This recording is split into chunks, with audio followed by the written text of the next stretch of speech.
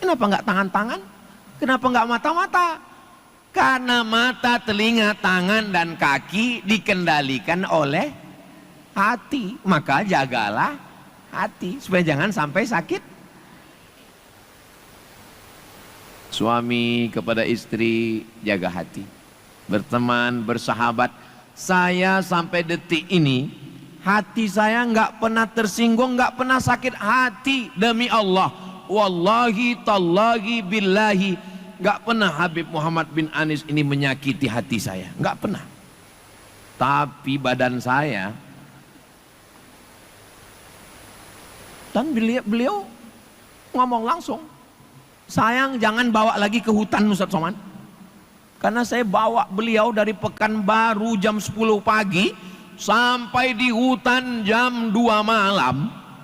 Saksinya tuh Ustaz Lukmanul Hakim. Hujan lebat, tanahnya seperti dodol Garut. Mobil berjalan 4x4 sampai pakai rantai besi diikatkan ke pohon kayu sampai kami jalan kaki. Dan ketika itu mungkin hati beliau sakit, tapi saya nggak peduli. Sampai hari ini hubungan kami baik. Dan setiap ketemu saya bilang minal aidin wal faizin. Saudaraku yang dimuliakan Allah Subhanahu wa taala, kalau dia sakit hati berarti sudah lama jadwal ke Surabaya ini di delete-nya. Gimana Habib, jadwal ke Surabaya? Cancel. Saudaraku yang dimuliakan Allah Subhanahu wa taala, itu telur ayam. Di dalam sangka telur ayam itu, dia pasti ada gesekan.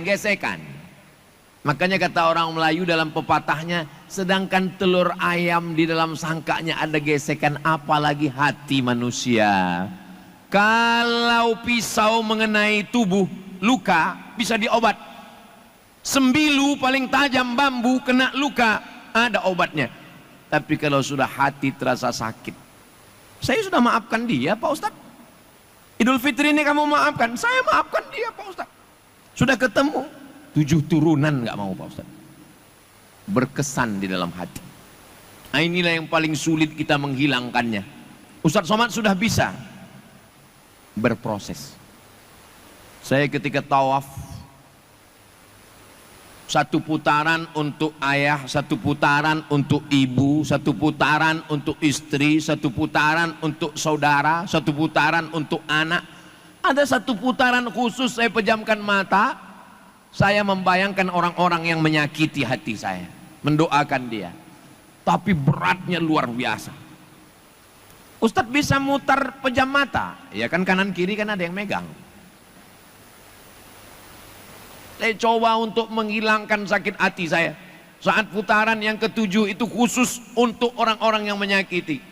Awal-awalnya saya coba dulu, doanya keluar tapi gigi rapat. Ya Allah.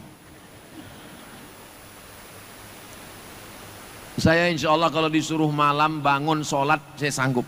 Kalau disuruh bersedekah insya Allah walaupun gak banyak saya sanggup. Disuruh ceramah insya Allah sanggup. Tapi ternyata menghilangkan bekas di dalam hati ini, oh, susah sekali. Itulah mengapa dalam Al-Quran itu sifat orang bertakwa itu apa kata Allah?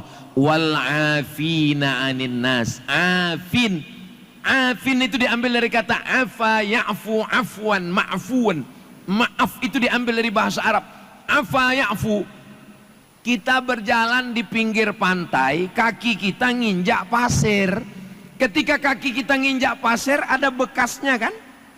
Ada bekasnya, berlobang itu pasir.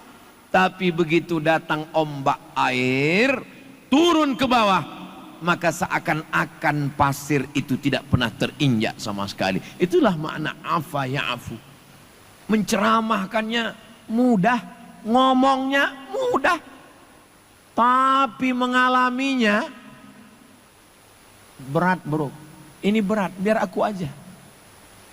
Sudah bisa Ustaz Somad berproses, doakan. Keras hati, katanya ada cara melembutkan hati, katanya Pak Ustadz. Cara melembutkan hati ini pakai nenas sama daun kates. Itu melembutkan hati kambing. Melembutkan hati manusia tidak semudah itu.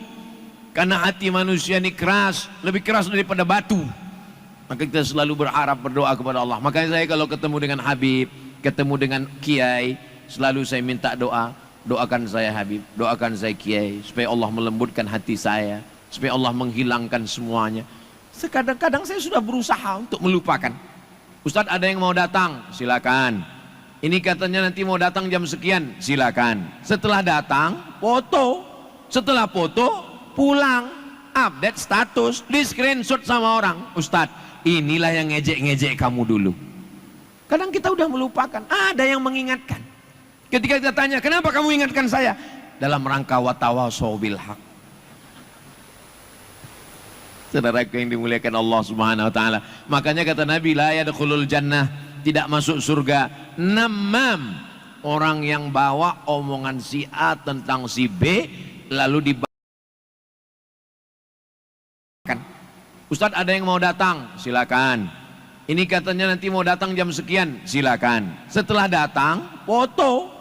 Setelah foto, pulang, update status, di screenshot sama orang. Ustadz, inilah yang ngejek-ngejek kamu dulu. Kadang kita udah melupakan, ada yang mengingatkan. Ketika kita tanya, kenapa kamu ingatkan saya? Dalam rangka watawasau bil haq. Saudaraku yang dimuliakan Allah Subhanahu wa taala. Makanya kata Nabi, la yadkhulul jannah, tidak masuk surga namam, orang yang bawa omongan si A tentang si B lalu dibawa ke si C, akhirnya hubungan C dengan A rusak gara-gara orang ketiga. Makanya jangan pernah ada orang ketiga di antara kita.